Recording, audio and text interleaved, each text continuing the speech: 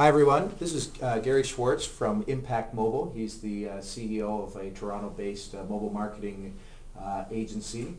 And I wanted to ask Gary about some of the techniques and practices that he's using to create brand ambassadors through mobile marketing techniques. Right.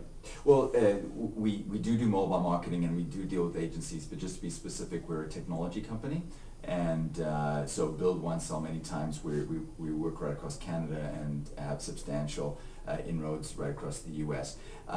In the 8 years that we've done mobile, which is sort of from the dawn of time of mobile, the one thing that is clear time and time again is the campaigns that work, the engagements that work with the consumers are the engagements where you're mirroring their existing peer-to-peer habits and so in behavior. So you know, nothing works if you want to try and educate the consumer or change their behavior. What works is when you augment what they're doing or you want to join that conversation. So obviously viral, tell a friend, peer-to-peer recommendation type solutions are always going to be the best at driving engagement and participation. So we do that all the time. The best obvious conduit for that is SMS, because the average consumer in the suite demo slot is sending 3,000 text messages a month. If you can join that conversation, if you can allow them to then turn that conversation into something that they can share with their friends, then you're part of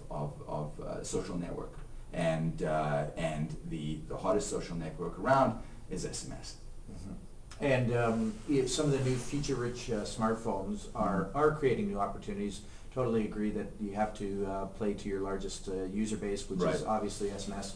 But if you had to give one or two examples of the features on the new smartphones that are really exciting to you at Impact Mobile, what would you pick out? Well, the primary exciting feature on a smartphone is SMS.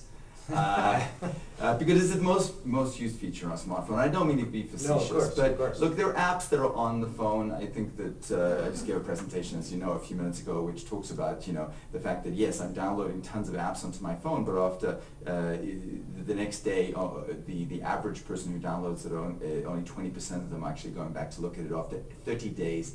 Only 5% of those people are going back to look at that app. So the stickiness is not there because it's something that I consumed, I put somewhere, and I have to re-engage based on having an insight into what's on my phone buried on the desktop, as opposed to in a channel that I'm using on an onward-going basis. So obviously my Facebook environment, my Twitter environment, my SMS environment, things that I'm engaging with on an onward-going basis, with or without you.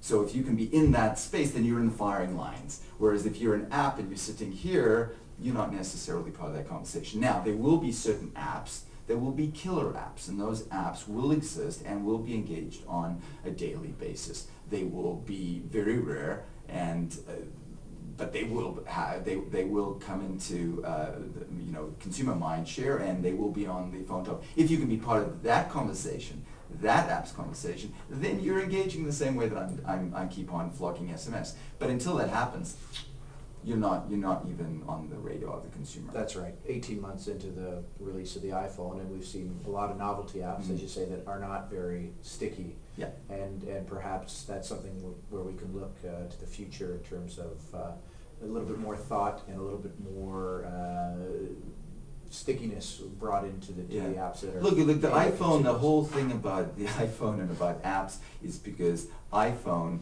is owned by a company called Apple that needs to get content-rich stuff onto their phone to sell more iPhones. That's the bottom line. And so iPhone has a fantastic SDK. They have fantastic support for developers, and they encourage you to put all this stuff on the phone because that sells phones. Their whole marketing schema is about apps jumping out of your phone. Come here, more. And it hugely benefits iPhone. Of course. It hugely and benefits they own the distribution channel. Yeah, it's great for the odd consumer who wants to get the iFart and the rolling dice and all these onto their phone. Does it benefit the business person? Does it benefit the consumer long term? Because those apps will not be sustainable. I don't know. I've got huge TBD. questions there. Yeah, well, hugely TBD. Yeah, evidently. Well, thanks very much, Gary. Yeah, thank you very much.